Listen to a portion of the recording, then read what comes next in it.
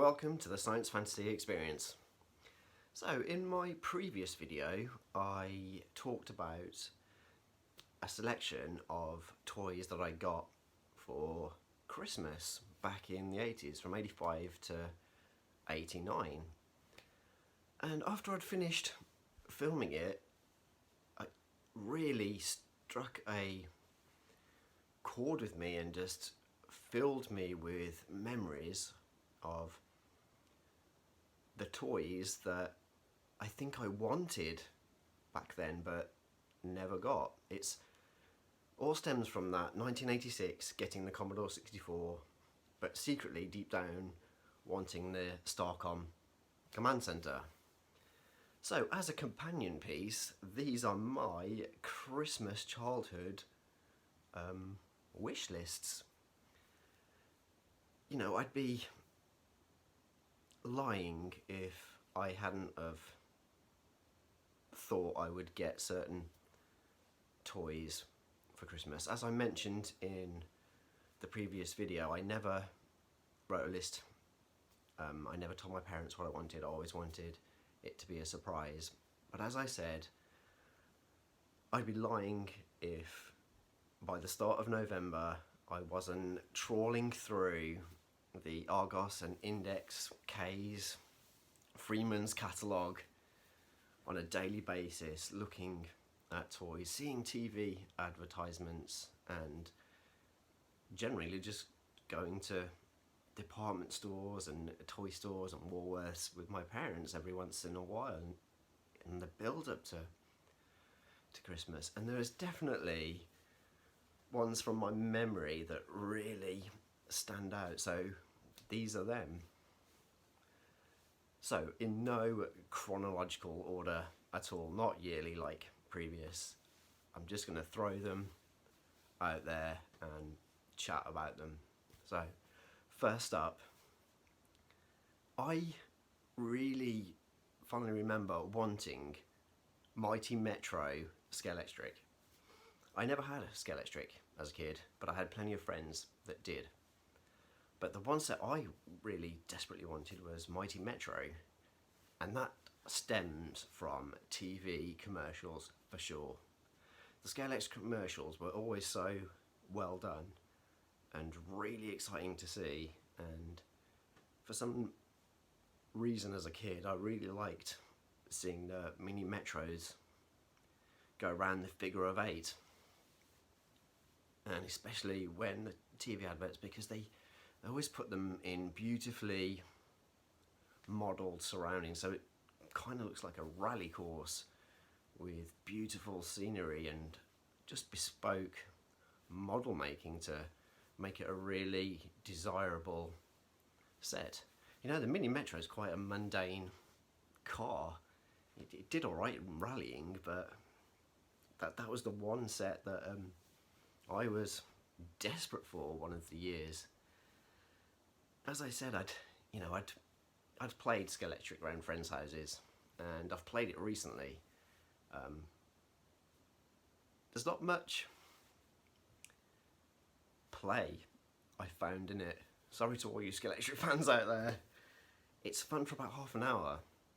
I think the fun comes from if you have a lot of track, and if you have chicanes and cross sections and humpback bridges, you can make it more of a worthwhile experience. I have no desire to own it as an adult, but yeah, the idea of building up the track for a good hour or so and then seeing if your cars can go around it at speed, that's exciting, but the excitement only lasts a little time, I found, in my own personal experience. Not one I intend to invest in the next few years. We'll see though, when my twins get a little bit older. You never know, they could see Scalextric one day and think, yeah, we'd like that, and for sure I'd be involved, definitely. But thinking about Scalextric, it was always one that you'd see in the toy stores for sure. There was always an aisle full of Scalextric. the department store Beatties, where I grew up in Wolverhampton, the lower ground section was a huge toy department, and they had a glass cabinet with cars you could just buy standalone. And I always looked at the Ford RS 200 in yellow. I always thought that was a cool looking scale electric car to have, but yeah, it was always Mighty Metro for me. Talking of Beatties, round the corner from that department store was a tiny little independent toy store called Zodiac Toys. And my memory serves me as it was quite a small store, but it was really, really tall with high ceilings. In reality, it's probably not, but when you're a kid, you're so tiny that you look up and you just see hundreds of toys. But with Zodiac Toys, they didn't have stock in volume.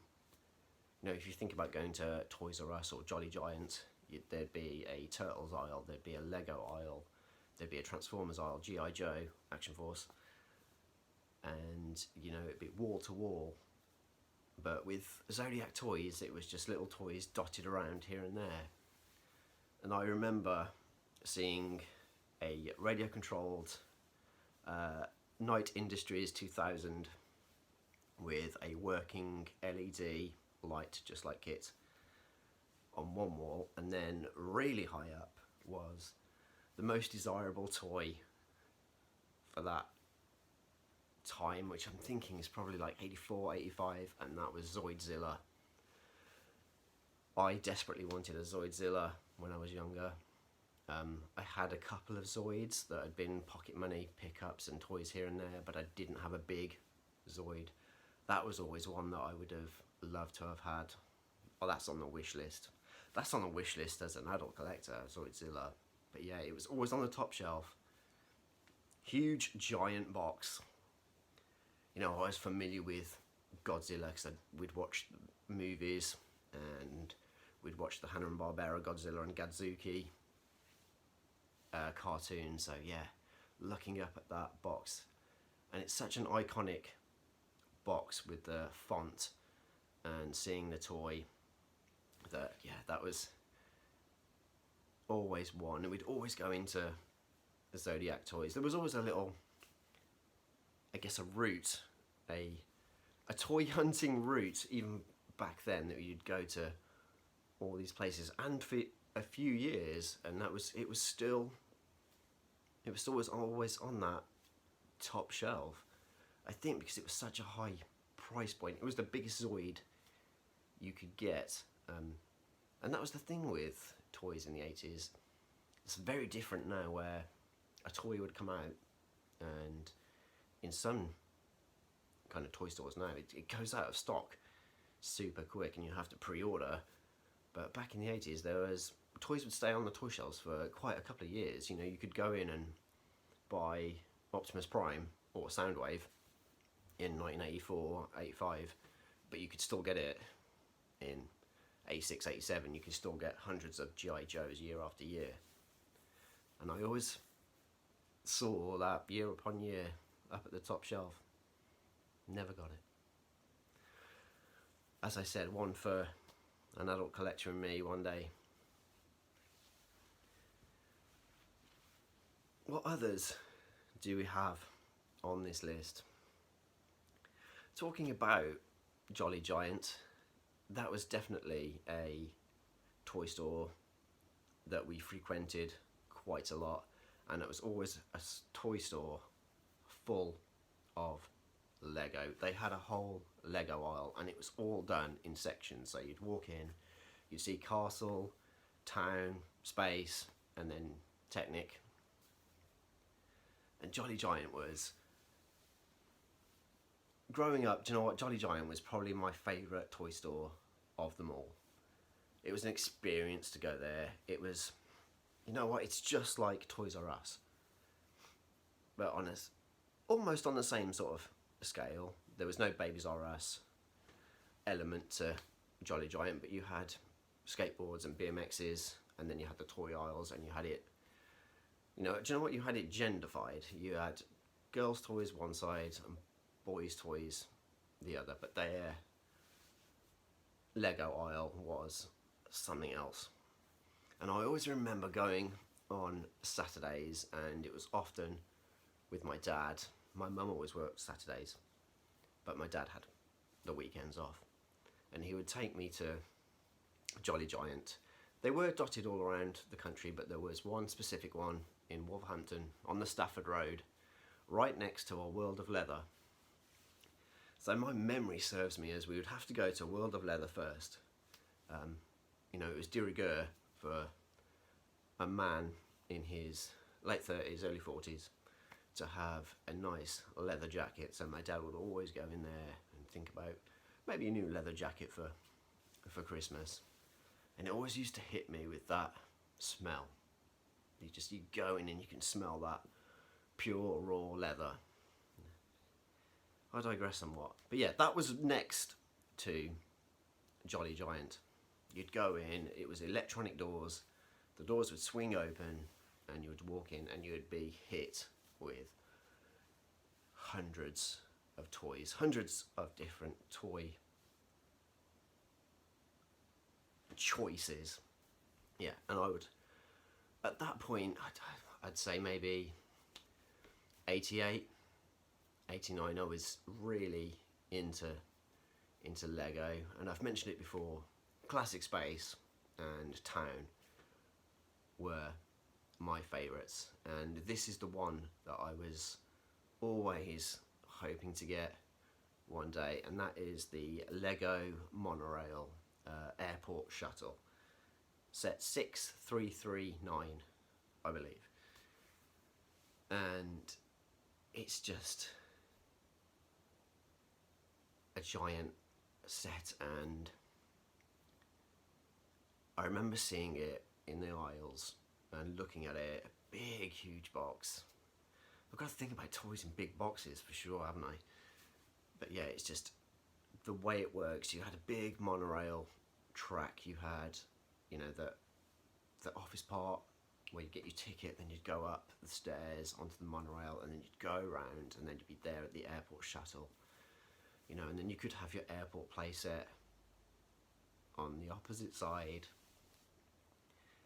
But I was one of those kids that whenever we went into a toy store, you'd pick up that year's, or it was often done in seasons possibly. I think you'd got a start of the year Lego catalogue, and then maybe one for the autumn and winter, or they were just done yearly, and you'd just look through the set, and you'd look at which ones you buy, and it was just beautifully done. Again, similar to Scale Electric, their Lego catalogues always had beautiful modelled set pieces, whether it was done on a cliff top or a dockyard, with real water and foliage. And yeah, I think back to building Lego and imagining what my town would look like, and that would be the star piece, the Lego Town monorail. Moving on though, thinking back to being a kid in the 80s, radio control cars were quite the in thing, and I for sure had one, and it was called a jet hopper. But the one that I really wanted was actually called the Animal, and it was a monster truck, and its design feature was when you hit hard terrain, like your rockery in the garden, you could press a button on the controller and claws would come out of the wheels. And I thought that was possibly the coolest toy ever. I was already putting it into real world scenarios about how I would play it in my garden. My garden growing up was on a bit of an incline, and we definitely had 2 rockeries. So I already knew where I was going to play with it, and that was definitely TV advertised. I remember Saturday mornings and watching that advert for the animal and thinking, God, that's like the coolest radio control car ever. Now though, I kind of think it's the dumbest thing ever. It probably would have never scaled any sort of terrain, and there is by far a superior radio control cars out there. I'm thinking Monster Beetle, Midnight Pumpkin, my favourite Vanessa's Lunchbox, that would easily trounce over the animal. But again, the power of TV advertising, that was the one that stuck in my mind to have. I think it was that and possibly, like, I think there was a radio controlled hovercraft, which that left a mark for sure. And again, I'd put it into real world scenarios. Where I grew up, in the tiny little village, the next village along had an outdoor paddling pool, giant, huge paddling pool in Tetnall, near the green, and it was beautifully manned for years and years, and still is to this day. Not very deep, but I always thought, you know, if I'd got a radio controlled hovercraft, I could play with it on the green, on the grass, and then just zoom straight into there. Again, not one that I am interested in acquiring as an adult, but you never know. The cogs in my brain are working now that I have children of my own, and wondering what they might be interested in, what might their Christmas wish list look like in 5-6 years. What else? You know, I've mentioned before on my channel how much I love Action Force and G.I. Joe. And the one thing that I didn't get in terms of G.I. Joe and Action Force back in the day, and I still don't own to this day, I can never find them for the right price. But back then, late 80s, 88, Action Force and G.I. Joe returned to the toy shelves with their vehicles redecoed in Tiger Force, and I was blown away. I couldn't believe that G.I. Joe Action Force, I think it might have been called G.I. Joe for fully in the UK by then, but Tiger Force was just, it blew my mind, that reuse of the vehicles that I absolutely loved in 84, 85, which was probably when I last had G.I. Joe vehicles, like that AWE Striker. But yeah, seeing the Tiger Rat and the Tiger Cat redecos of the Snowcat, like, I've always thought the Snowcat was a really cool G.I. Joe vehicle, and then to see it in the Tiger Force deco and seeing Frostbite with the, like, kind of the new use of camo, I was absolutely just desperate to own those. I don't really remember TV advertising, but I definitely remember seeing them in the K's catalogue and the Freeman's catalogue. You know, my next door neighbour had the K's catalogue and my mum had the Freeman's catalogue, and because my next door neighbour was 2 years younger than me, we were around the same sort of age to play with toys, and we would swap catalogues and look through, as I said, in that build up to Christmas through November. Those catalogues always had way more toys back then in, you know, those seasons catalogues that came through the letterbox. God, yeah, but that's definitely on the agenda, hopefully to pick up in 2021. I'm gonna make that a thing. I'm gonna try and get some Tiger Force into the collection. With G.I. Joe getting a bit of a resurgence with the re-release of classics, You know, the His Tank has been re-released. The AWE Striker has had a re-release. I just wonder if Hasbro would perhaps be bold and reissue Tiger Force. You know, it's a divisive one in the G.I. Joe collecting community, but we shall see. And then finally, the last one, the one that does stick it out in my mind, and it's a real later one, much later in kind of terms of toys for me. We're talking early 90s, maybe even 91, and that is the Micro Machines Super Van City. The white van with the black, yellow, orange stripe along it that folded out into a giant playset. I previously had the Travel City toys and I loved those, and I still had Micro Machines in my collection and I was always playing with them. And to see that was definitely a TV advertisement in the build-up to Christmas and full page spread in the Argos catalogue.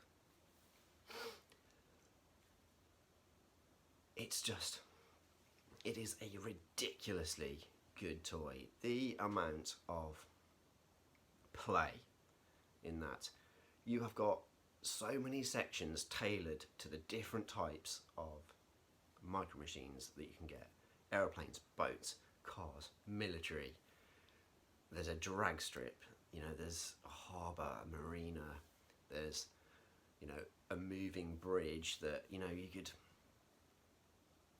It does seem a little kind of, as a child, real world. You know, you can use your imagination. This could be an actual city, just in a very small scale. I just remember seeing that in 1991 and thinking, God, that's a phenomenal toy. You know, is that something I could have? You know, perhaps I should have asked for that, but then we're talking 1991. I'm, you know, born in 78. Am I 12? Possibly 13, heading towards high school. Are you playing with toys when you get to high school? I think I probably still was. I think it was just before I started getting into skateboarding and Warhammer. You know, that bizarre mix of being super cool and super nerdy. Yeah, it sticks in my memory because it's a big toy, and do you know what? It probably came in a giant box. I'm not gonna lie.